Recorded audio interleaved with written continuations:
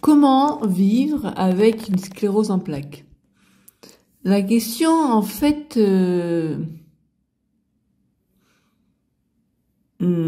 dépendante et variable de chaque personne. Parce que finalement, il n'y a pas un mode d'emploi pour une vie avec une sclérose en plaques.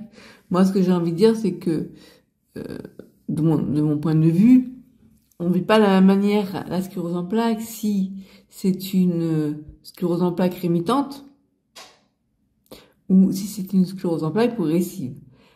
C'est pas du tout la même vie si on est dans une forme bénigne ou une forme sévère de sclérose en plaques, qu'elle soit rémitante ou progressive.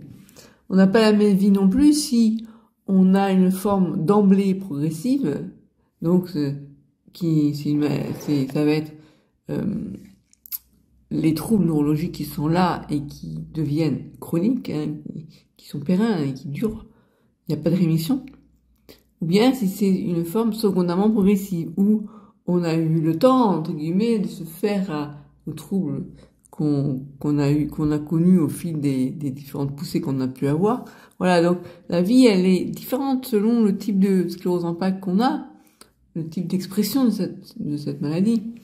Et donc, on peut pas dire, comme on entend souvent de la part de certains neurologues, on peut avoir une vie normale quand on a une sclérose en plaques. Oui, certes, il y a des personnes qui peuvent avoir une vie normale, mais de dire ça à quelqu'un qui a une sclérose en plaques, alors peut-être que c'est rassurant pour la personne qu'on vient de diagnostiquer avec une sclérose en plaques. On peut avoir une vie normale, ça la rassure. Mais il faut pas être dupe. On a aussi des formes de sclérose en plaques où une vie normale, ça veut dire quoi? Et puis en plus, oui, qu'est-ce que ça veut dire avoir une vie normale? Avoir une vie normale, ça veut dire avoir une vie comme tout le monde. On peut avoir une famille, on peut avoir un travail, on peut avoir... mais en fin de compte,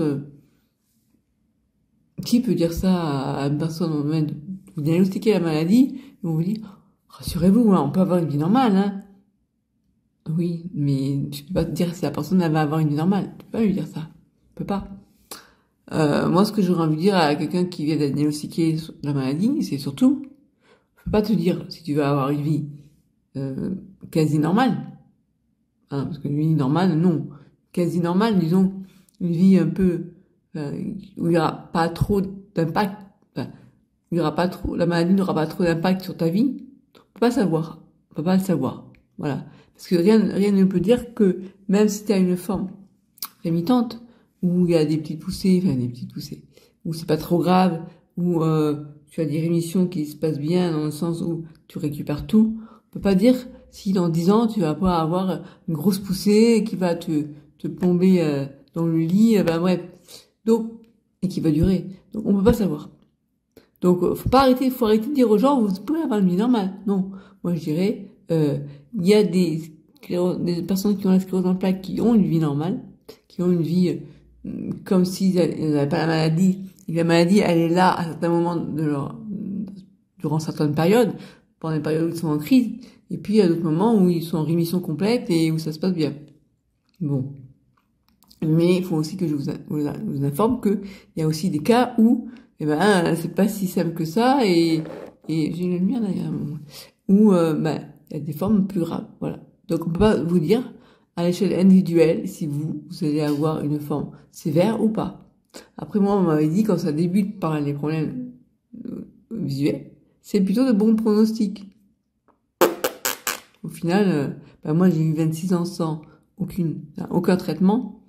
Et quand on m'a diagnostiqué enfin la maladie, j'ai dit enfin, parce qu'au bout de 26 ans, quand même, on a eu plusieurs moments où on s'est dit, qu'est-ce que j'ai? C'était des poussées, mais on savait pas.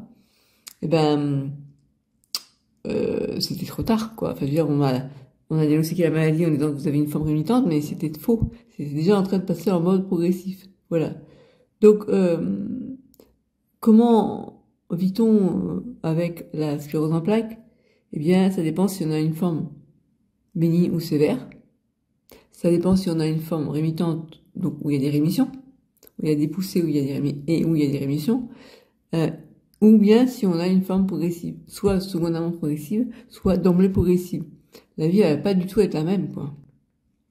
Alors, là, je viens de parler des personnes qu'on vient de diagnostiquer avec une sclérose en plaques rémitante. Pour les personnes qui ont diagnostiqué une SEP progressive, est-ce que ça a été comme moi, à l'époque, on m'avait dit que j'avais une forme rémitante, on m'avait diagnostiqué une forme rémitante, en fait, j'avais déjà une forme secondairement progressive. Est-ce que vous avez une forme secondairement progressive avec peut-être des cas où les poussées que vous avez eues, on les a jamais reconnues en tant que telles. Mais si on réfléchit un petit peu, on se dit, ah, oui, ça c'était une poussée. Tiens, ça aussi c'était une poussée. Et si maintenant, ah ouais, attendez, je pense à un truc. Moi, à l'époque, on m'a dit que j'avais une forme rémitante. On m'a même dit, ouais, c'est une seule bénigne, parce que si on considère que vous avez la maladie depuis plus de 20 ans, vous êtes encore debout, ben, c'est bien, oui, sauf que là, non, je suis en train de passer en mode progressif. Donc, comment reconnaît-on? Alors, j'ai envie de répondre à cette question, mais d'un côté, je sais pas si c'est une bonne idée, parce que les personnes qui vont se poser la question, est-ce que j'ai une forme rémitante ou une forme progressive? Mon neurologue, il me le dit pas. Et c'est pas à moi de vous le dire. Mais bon, je vais quand même vous donner des petits critères, des petits signes à mon coureur. Maintenant, c'est vraiment à votre neurologue de vous dire si vous avez une forme progressive ou, je sais plus comment foutre mes cheveux. Voilà, bref. Donc, en fait, pour savoir si vous êtes en train de passer en secondaire progressive, bon, déjà, la forme d'emblée progressive, ça veut dire que vous n'avez jamais poussé avant. En fait, la différence, parce que moi, j'avais beaucoup de mal à comprendre. Mais c'est quoi, en fait, la forme progressive? C'est ni plus ni moins qu'une poussée qui s'arrête pas, quoi. En fait, ça veut dire en fait, on dit, il n'y a pas de poussée dans la forme progressive. C'est pas tout à fait exact. Il y a aussi des formes transitionnelles où vous pouvez avoir des poussées qui se rajoutent. Bref, en tout cas, ce que j'ai envie de dire, c'est que comment je décrirais la forme progressive, je dirais qu'il n'y a pas de rémission. Voilà. C'est ça la différence avec la forme rémitante. La forme rémitante, il y a des moments où il y a des poussées et puis au moment où la poussée, elle a été guérie, hein, soit soignée toute seule, soit à l'aide de bolus de cortisone. Et puis après, on récupère. Voilà, les troubles disparaissent pendant un temps et on récupère et on est comme tout le monde. Sauf qu'au bout d'un certain temps, on récupère de moins en moins bien et c'est là où on a des carences, des séquelles, des troubles chroniques qui restent. Par exemple, problèmes de transit, par exemple des problèmes urinaires, des problèmes visuels, voilà. Et dans la forme d'emblée progressive, en fait, on a comme des poussées. Sauf que la différence de la forme rémitante, on n'a pas de rémission. La poussée ne s'arrête pas. Au contraire, on va avoir aggravation, aggravation, aggravation. Voilà. Alors, moi, dans la forme secondaire progressive, ça veut dire que je n'ai plus de poussée. Ça, c'est le côté sympa. Mais j'ai la maladie qui augmente au fil du temps. Oh, mais je sais plus comment mettre les cheveux. Bref. Voilà. Donc, comment on vit avec une forme rémitante et avec une forme progressive? Je vais vous en parler parce que j'ai vécu les deux. Moi, j'ai envie de dire aussi que si tu vis une forme sclérose en plaques qui n'est pas reconnue, c'est pas pareil que si tu sais que tu as la maladie. Parce que quand tu as une poussée, voilà, prenons la situation la suivante, tu as une poussée. Si tu sais pas que c'est une poussée, comment tu fais? Tu vas voir ton médecin, tu dis, docteur, j'ai des problèmes urinaires, j'arrête pas de faire pipi, j'ai de l'incontinence urinaire. Alors le médecin il dit, bon, peut-être que c'est une infection urinaire. On va lui faire passer une SCVU. Donc un examen urinaire. Donc tu passes un examen urinaire, tout va bien. Toi, t'as vécu une poussée. Tu savais pas que c'était une poussée. Ça a duré, on va dire, 15 jours, par exemple. Hein, c'est un exemple. Donc ça va mieux. Donc, t'en reparles pas à ton médecin. Puis lui, il a rien trouvé, tout va bien. Voilà. Sauf que, au bout de, je sais pas moi, 3, 4 mois, 6 mois peut-être, 10 mois, 1 an, on va voir. Des fois, les poussées, elles sont très proches, des fois, elles sont plus espacées. Au bout de, on va dire 10 mois, pour donner un exemple comment j'ai vécu. Et là, trouble visuel. Tout d'un coup, tu te dis, mais qu'est-ce que, je comprends pas, tu mets des lunettes, tu vois pas bien, tu te dis, qu'est-ce qui m'arrive? T'arrives pas. Alors, moi, en plus, j'ai un fort astigmatisme, donc c'était compliqué pour moi de savoir que j'avais vraiment un trouble visuel. Donc, t'as une baisse de l'acuité visuelle sur un œil. Puis, tu commences à avoir un ophtalmologue. Sauf que l'ophtalmologue, comme tout le monde sait, pour décrocher un rendez-vous, c'est la galère. Donc, bon, enfin, quand t'as le rendez-vous, Pour peu que tu as de la chance que elle te prend rapidement, elle peut peut-être diagnostiquer une névrite optique, mais c'est pas sûr. Et puis sinon, ben, elle te fait attendre 4 mois, et au bout de 4 mois, ben, ton névrite optique, elle est terminée, donc on ne trouve rien. Donc rentre chez vous. Et c'est comme ça qu'on peut passer à côté du diagnostic de sclérose en plaques pendant longtemps. Alors dans le cas où, ben, par exemple, moi j'avais vécu une névrite optique, mais elle a pas vu. Elle m'a dit, comme j'avais un fort astigmatisme, c'est vos lunettes qui sont mal axées. Pas mal axées, mais mal axées. Allez voir, j'ai eu un bon oculiste, opticien, allez le voir. Donc il m'a fait une prescription, je suis allée voir, je suis les lunettes. Et puis au bout de 2 mois, enfin, un médecin m'a dit allez voir un neurologue.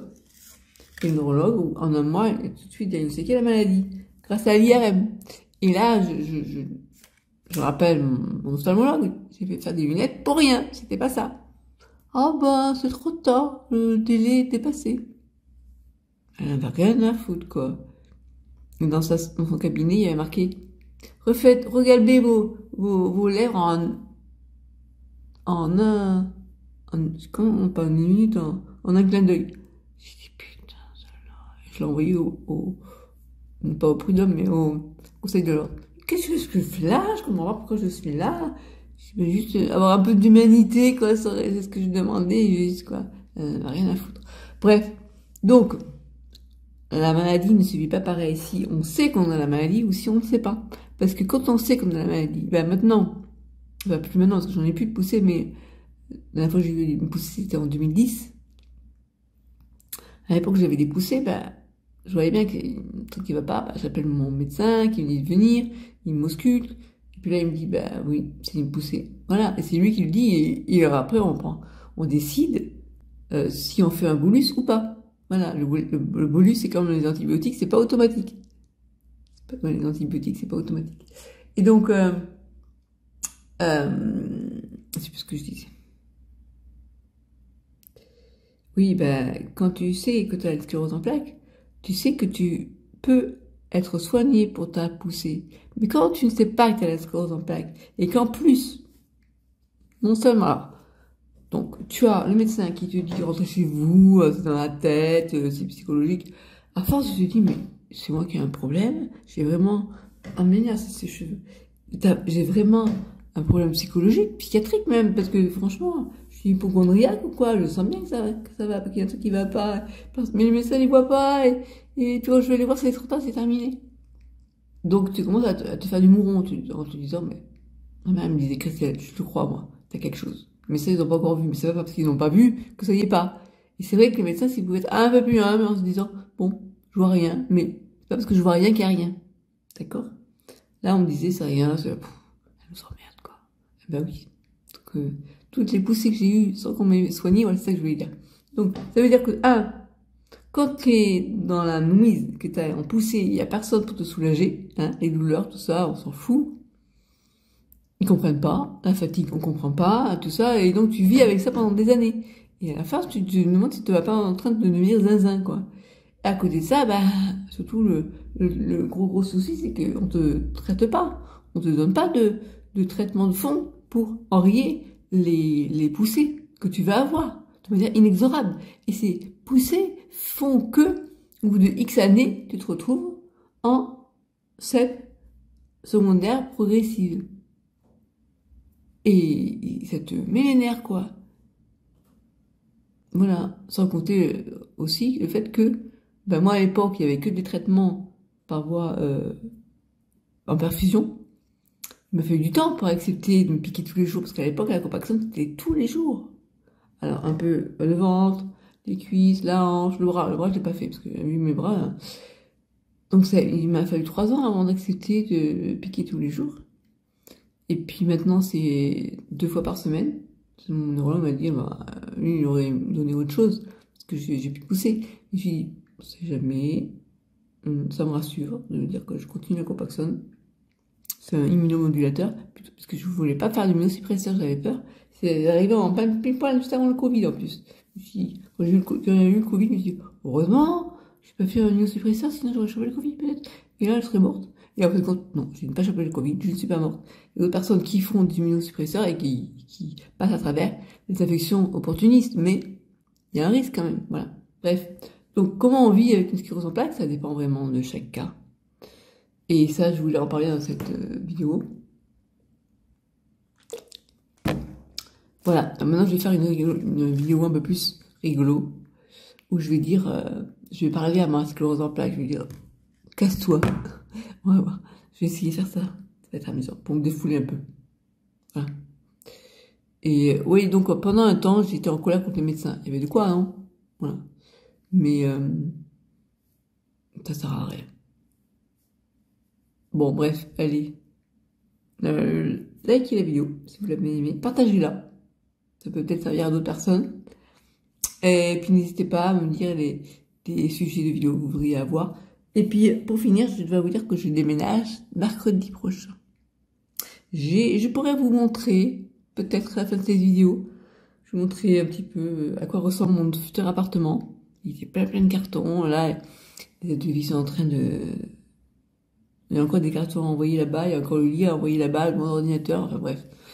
Voilà, mais bon. Je pourrais déjà vous commencer à vous montrer une partie de ça. Là, j'ai le cuisinier qui me demande de payer le meuble de la douche. Tout a dû être fait sur mesure.